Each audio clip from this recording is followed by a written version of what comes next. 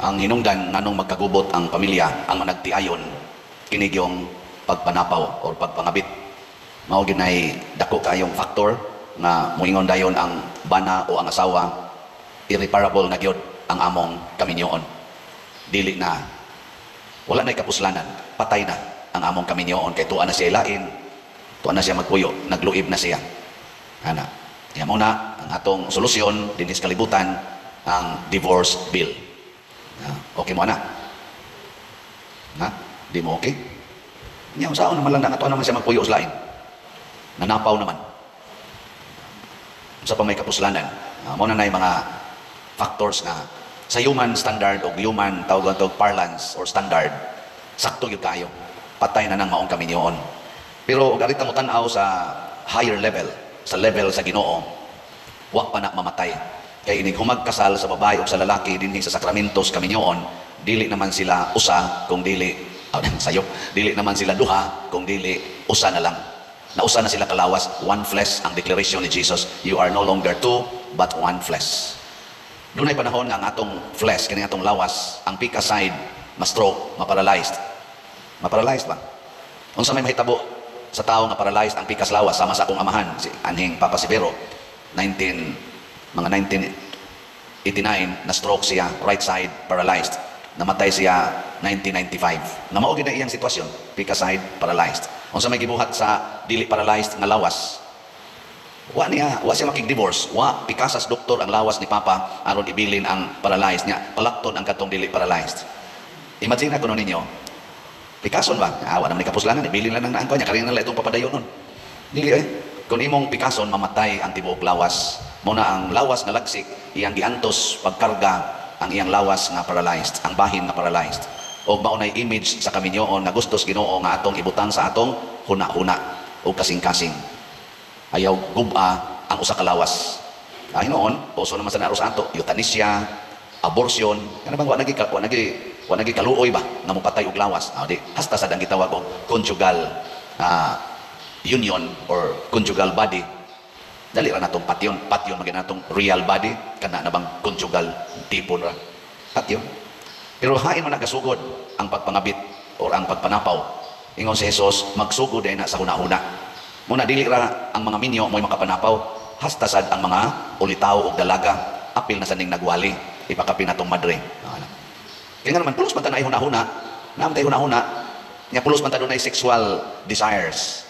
Niya kung pananglitan gani, magtanaw kuno kas usa ka babae, ang laki magtanaw sa usa ka babae, nunot ang laway na huna-huna, niya iyan na i-entertain, nakapanapaw na. Muna ka ng porn, nga naaron sa atong social media, na as internet, rampant naman kay nastanan, doon na may access diha, ang tanang tao nga kamaong mo, surf pa ng internet, purti na yung daghanang nakapanapaw. Kaya maguna-huna naman, blaway. Muna daghan sa kays atong mga batanon karon nakapanapaw, nakahimong premarital sex, nga naman, tungod gyapon kay ang huna-huna, doon na may pagpanapaw. Gikondisyon na ba? Natod pa ni St. Augustine man tingali ito, actions follow the desire. O kung sa imong gibutang sa imong huna-huna, musunod ng imong mga actions. Basta di lang ka paralyzed. Pero paralyzed ang imong lawas, kadako lang imong huna-huna, di mo sunod imong kamot. Pero kung di lang ka paralyzed, musunod yun. No? Nganong nangatuog man mo nga nagwali ko? Nganong natuog man mo? Ang uban ninyo? Ha? Mata ra ba dayon ay? Nganong nangatuog mo? Tungod kay ang inyong mind, why gana nga mo entertain aning explanation, aning wali? Ang inyong ganahan, kanang libak, kanang ganahan mo ana, kanang entertainment ba? Kanang ma-entertain, ana. Kanang bang makapasigas mo, wow, maana ka ba? Pero wali gani niya, magsige huna-huna imong utok, magsunod sa, o sige sultis pa rin, kapoy ba? Nagingan manindog, ana dayon, bugwat dayon. Pero nasit pa inyong mind, kinahanglan ko ron magkat-on ko sa Ginoo, magsiga inyong mata, yung parte ninyong makapa-entertain.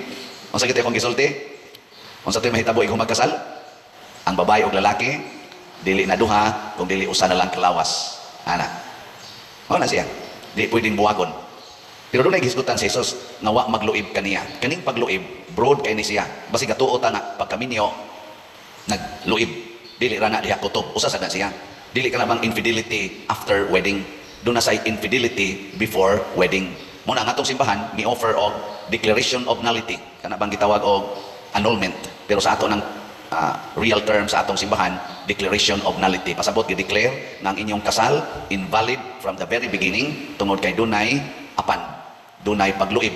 Pasabot wa gitug-an ang mga apan, nagluib ang usas mga partners. Mao na atong interpretasyon.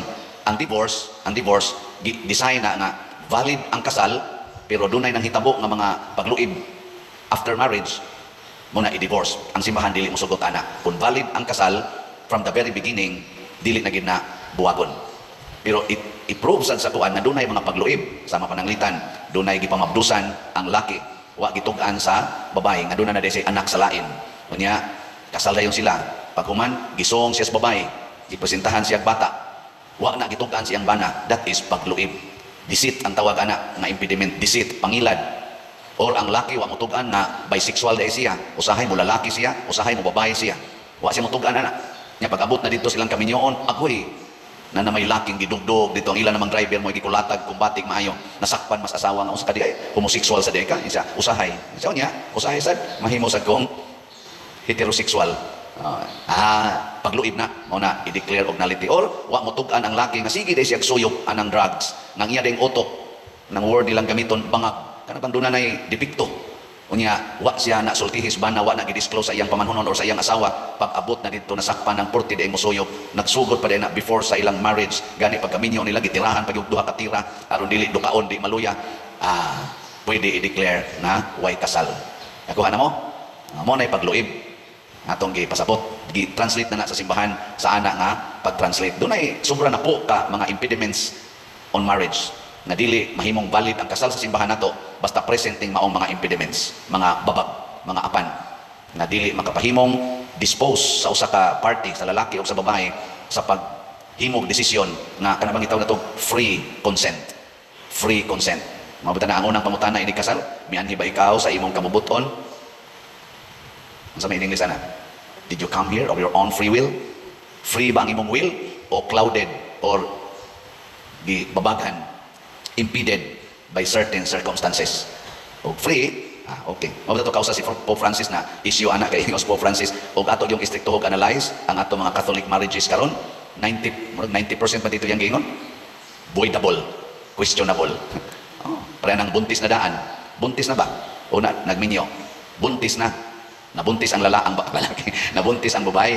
Kanya mo to hinungdan na nagminyo sila. Kana siya psychological impediment man na. Sayon ra kay na i-check, pangutana ang babae. Ikaw day, ug wa ka mabuntis, magminyo ka karon yung tuiga, karon yung buwana. Moingon gani siya, dili.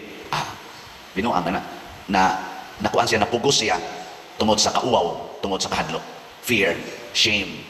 Mao nay naka tukmod niya.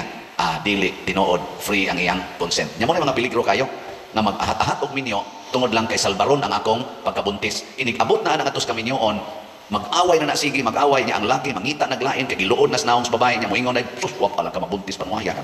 Asa ko mga sawa nimo, sipyat ko nimo, ahak sa kog minyo nimo. Ingon-ingon sa ka nga, save ka tong gabiunan, di man diyan, buntis man kang animal ka. Mao na rin lang mga rason. Mga more than 50% or 60% sa atong mga kaso diha sa atong matrimonial tribunal nga ni-apply og declaration of nullity kana mao ilang rason napugos kog minyo kay dunay nahitabo namo nag-inom mi ato kuyog sa among barkada nya nangahubog mi pagmata nako gadug na mi ana nya di mauwaw man ko nya pagkasunod buwan wa naman ko tunghain ana siya gito nakaingon pero wa gud mi magkauyab barkada ra mi mga inana ba mo na nagminyo mi nagpatsisyon mi dito nya pagkahuman nag-disco mi nya wa man koy laing kasakyan iya kong ipaangka sa iyang motor kay manguli ihatod ko nya napagnan mas makinang kaning motor napaong man ang makina di na mo andar dito sa taliwa gis kasagingan dito na lang dito na lang may nagpabuntag sa kasagingan mao to ni saha no niturok ang saha sa saging niturok nagsuka-suka na ko paghuman o nya mauwaw man ko pero wa gyud mi magkauyab barkada rami o kana ako lang ning hisgutan kay basig laino na to sa nagluib man akong bana may kining divorce dili na mo mindset sa simbahan nakaron unsa may maayong buhaton nato to help marriages. Sugdi pagsulbad sa sinugdanan pa lang, paminaw sa Ginoo. Ayaw patakatakag desisyon, paminaw sa Ginoo. Diri sa unang pagbasa, gikulbaan na kayo si Elias, siya na lang usa nagtago sa langob, ningong Ginoo paminaw nako, pakikistorya nako. Ug ang Ginoo wa makikistorya ni Elias diha sa hangin nga kusog kayo, wa diha sa linog, wa diha sa kayo. Kani ba mga spectaculars nga mga kahintang sa kinabuhi. Sama nang mabuntis ka, sama nang gi-rape ka, sama nang uyab mo unya 10 years na mo nga uyab. Hadlok na kang mabiyaan sa train kay 35 years old na ka gusto na jud ka magdali-dalig minyo kay 40 years old na ka ni amay ni abot bahalag manuyupay basta in love lang nako ahat lang jud ko ani kay sus kapit patalim na ni kana ingana ba imo na nang kaugalingon paminaw sa Ginoo kanus aman mamusulti ang Ginoo diha sa hilom peaceful way mo nang i-relax usang imong utok kana bang peaceful ka ba nya paminaw sa Ginoo nya inighatag sa Ginoo og instruction sundan na di jud ka magmahay. Ako din na ito bintahan ng akong uyab. Ang last na akong uyab. Katutan na akong uyab. Pulos magito sila mga buutan. Mga pinili man to. Nako yun. Pang minyo ay magito sila. Iman ko basta-basta manguyab. Basta dua-dua lang. Pero sa pag sige na akong pamalandong, nagkabuwagit nila. Hangtod ang katapusan ako nga ganing kuhan. Ganing uyab. Ang among nabuwagan. Tungkol kay musuod ko seminaryo. Porting hilak na ko eh. Hapit mo sa katuig na kong ginilakay ato. Sige dyan ko paminaw sa Ginoo. Dili nang galintabo nga emosyon. Kung dili diha sa relax na heart and mind and listen to God in a very prayerful and open, humble heart. Speak, Lord, your servant is listening. Amo tong giinsakan dayon si Elias, igo gyud kaayo sa solusyon ang instruction sa Ginoo, dihugin ni maong hari, nya pagdihog sa bagong propeta kay Elisa natika. Oh, di mana, ending. Paminaw sa Ginoo, Lord, na mabdos ko, magminyo ko karon dili. Isa ganahan ka magminyo karon ka, o ikaw lang gyud, pabutot dili. Ayaw minyo, pakatawha ang bata. Nya ini kataw nas bata, wa na mo yung mga sexual activities sa imong uyab. Naglimpyo na mo sa inyong kasing-kasing, gilikayanan na ninyong mga malawhay nga mga buhat. Samtang nagmabdos ka, hangtod na taong bata, pagkapinig 1 year, makamintain ba mo sa inyong purity? Makamintain ba mo sa pagpugong sa kaugalingon to conform to the will of God na ayaw panapaw? Wala na ng adultery. Restore your moral virginity. Both of you. Nya kung hiusagin mo nga, magminyo kita, prepared na sad mo na namoy pangwartahan, na namoy panginabuhian. Hala, pagpakasal. Hindi ko magkasal. Tipon dayon, manghuri na og 12 ka buok ang inyong nasipyat og desisyon ng anak. Wa na nay sala, maapil pagkalimpyo ang inyong previous nga sala. Ug mahimong lunsay, tunhay ug balaan ang inyong pagpuyo. Solve the immorality before solving the legality. Kay kung naa gani ang immoral life, bisag asa pa kaibutang unang uban karon tagurhan na ka divorce kaduhan na ka divorce katulo na ka divorce nagi uban ug atong tan-awon labi na gid ang ato mga celebrity gisubay-subay man na diha basta kanapo na nagilis-ilis ug bana nagilis-ilis og asawa wa gyud kakitag sakto ngano man wa man nila sulbara ang immorality ang gisulbad man ang legality ang emotional level dili man ang spiritual level mo na sa atong tubag sa salmo sa atong tubag nangandoy ako nga makakita sa imong naong o Ginoo unsa may naong sa Ginoo holiness. Return to a holy state of life before making final decision, especially marriage. Kung minyo na sad mo, balik usa ngadto sa holy state of your life before deciding magbuwag ba kita o dili. Pasabot, patubuha usa ang gugma, una paghimog desisyon. Tanawa, nigtubo sa gugma, makakita ka nga kini din kasigi kulata nimo, mao din ni makapalangit nako. Nya kana sa kasigi kulata nimo kay luod na kay kagnaong, moingon dayon na siya, mao man ni ang the best woman in my life. Daghan kay mga testimonya ni ana paminamos mga couples for Christ kanang naa sa mga BLD bukas loob mga charismatic nato nga mga couples paminawa na daring kay sila courageous kay sila mopaambit sa ilang mga kasinatian nga porting batian kung atong tan-awon ug wa gyud Ginoo din agyud pwedeng mag-ulik sila pero tungod kay ilang gipasod ang Ginoo silang kasing-kasing nanindot ang ilang pagpuyo wa sila mag-divorce unsa may makapanindot ibutang ang Ginoo paminawa ang Ginoo sunda ang Ginoo mo nang i-promote na nako bitang ampo alagad antos triple A na ako'y gitudluan na karon ampo alagad antos hapit na mo 20 ka tuig ubod kay ilang pamilya karon kasi nag-text nako father nangausab na gid ang tanan few months pa lang nga nagsigimig ampo sigimig alagad sigig antos conscious effort nangausab ng tanan nako keep it up kay napay daghang pagsuway balik lang yapon ampo alagad antos di ba ingay mong tupad ing nasa akong pagampo mura kang gitudlo sa Ginoo mamalit kitag slat ngano man kay ang tao sad nga maampuon generous to the church ngano man the fountain of wisdom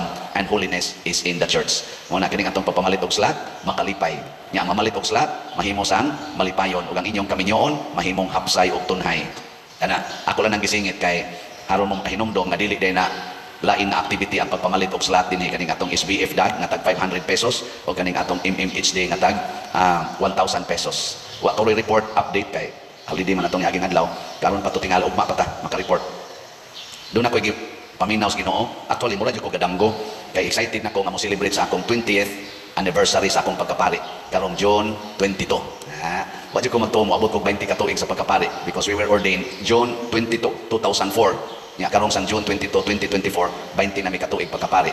Lipay may kay intak paming 11 kabuok. Ako, si Father Mar Balili, Father kanana duha diha sa San Fernando ri, Father Edgar Sondo, Father Morpheus Sarsunas, tuwa sa Danao si Father Junjun Almasol, Nadia Spasak, Father Lito Peralta, tuwa sa Talisay, Father Roger Piloton, yes, Father Mar Balili nasa seminaryo, mayor, si Rector, nasa Lahog, Father Jojo Aquino, tuwa sa Santa Lucia Asturias, Father Chris Amores, nya tuwa sa Santa Fe, si Father Dave Villasiran, suntong usan. Nasa Minglanilla, si Father Roy Bukag. Intak pa mi. Lipay mo. Muna, sa atong MMHD, kaya ako, napari man ko tungod ni Mama Mary, munang di ko kabalibad ang mga mag-fundraising basta para ni Mama Mary o para ni Jesus. So, doon na tayo 20 slot challenge sa MMHD. Hantun mahurot nagkahalin, 20 slot challenge. Pila man na? 20,000 pesos. Tag 1,000 man per slot sa MMHD. So, ako nang i-launch karong adlaw ang 20 slot challenge sa MMHD, 20,000. Sa inyo nang pagpasalamat sa Ginoo, uban ako o uban namo nga niabot mig 20 years sa pagkapari. Kay wa pa ako mapari, wa gid unta tay fundraising atong 2021-2022 na nakatukod sa Kapilinya di Fatima. Ug wa pa ako mapari, wa sa siguro ta ka fundraising diri nga nakatukod na ron ani atong simbahan na nasa tay bagong kumbento. Nagpasalamat mo ana o wa? 20 slot challenge kay mao na mo ana. Sige, manindog na ta.